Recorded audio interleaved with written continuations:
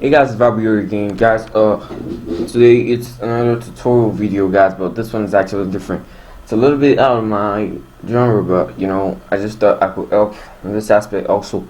So, guys, a tutorial video on how to stop the stuttering on the OBS, guys. I'm 100% sure of this method is absolutely going to work. I have a lot of evidence, proofs, a lot of things that have actually worked for me.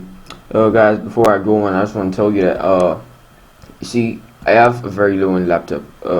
Specifications are so terrible, but OBS is just the only program that I actually recommend for a laptop as low as mine. So, guys, I'm going to be going through the steps that I went through that made the lag stop, the stuttering stop whenever I use OBS to record. It actually affected my channel because I didn't just know what to do. But when I got the breakthrough, I was so happy, and now that problem is solved, and I feel like I can help you guys with that problem too. So, guys, the first thing we're going to be doing is that we're going to be going to the output output first. Since we were talking about the recording, not the streaming, so we're going to be focusing more on the recording. I might also talk about streaming, but it's just going to be mainly about the recording. Recording, guys, same as stream. You can see the recording quality here, same as stream. I won't advise you put it as a stream in case you want to be flexible in your recordings. So I advise you just put it at high quality, because the higher the quality, apart from the fact that the file is going to be tremendously large, you can see here, it's also going to affect the lag a little.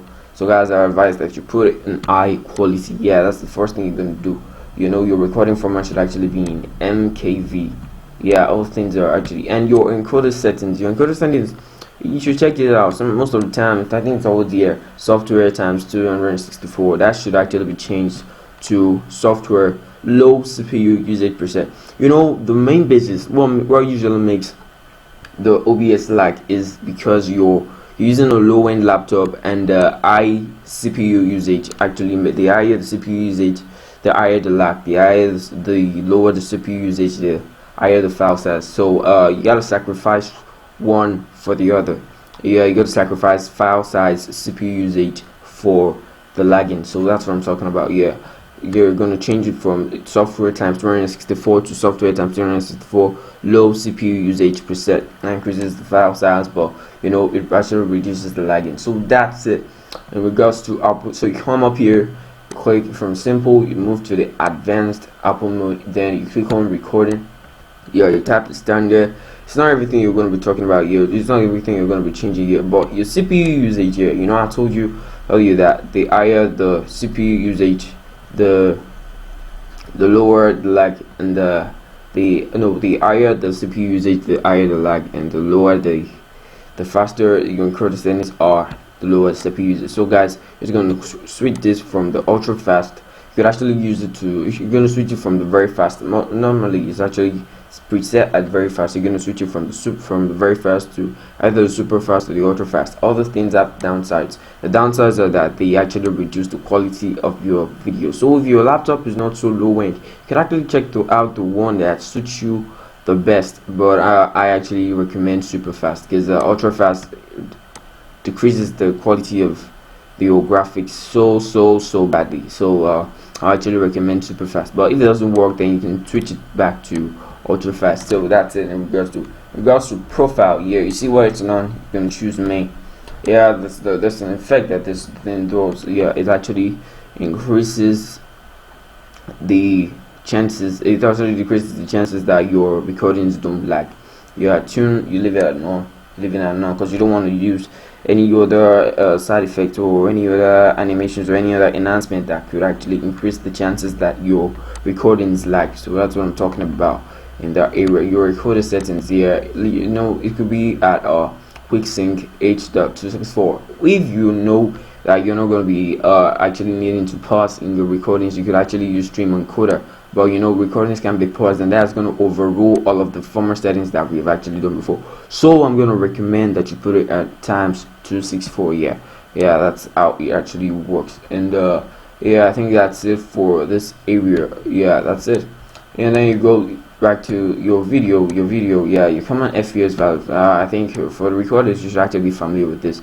OBS actually presets it at 30, but you guys are gonna have to tweak that. You can actually tweak to 99.9. So now mathematically the difference between 29.97 is not so much. So if you're using a low-end laptop, there's actually very little difference between the 30 frames per second and 29.97 frames per second. So you actually want to tweak that to 25 PAL or 24 NTSC. I do not advise that you bring that one lower, because that's going to decrease the quality of a recording so badly. So you might actually want to switch to 25 PAL or 24 NTSC. And and this downscale filter is actually mostly at a bicubic sharpening scaling 16 samples. So you're going to switch that to fastest bilinear downscale filter, fastest but blurry scaling.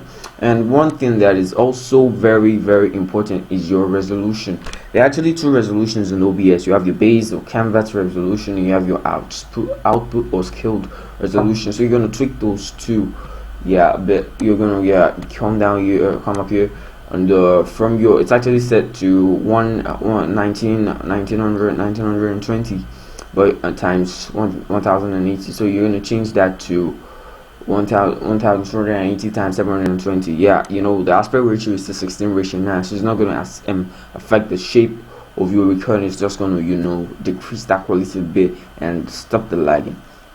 In regards to your aspect ratio, your output or scale ratio is actually mostly set at 1280 times 720. So you're going to change that from that to 852 times 480. This is not going to affect the shape of your recording, because it's a scale resolution. The one that actually affects the shape of your recording, you understand what I'm talking about, as in how it looks like on the screen, is your base or canvas resolution. I hope you guys following what I'm talking about. So everything here is actually been changed, but so you're gonna leave it this way. Aspect ratio should be at 71:40 if you get it right.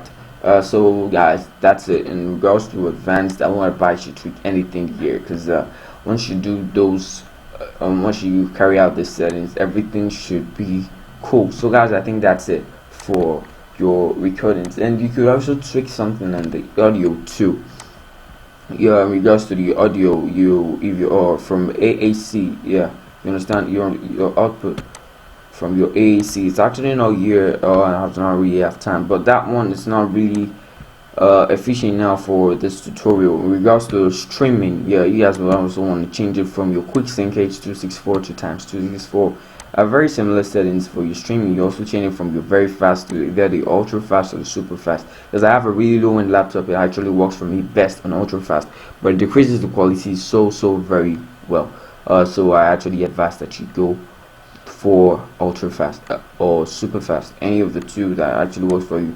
Same thing that works for streaming is actually the same thing that works for recording. You tune, you leave it there on your profile, main profile.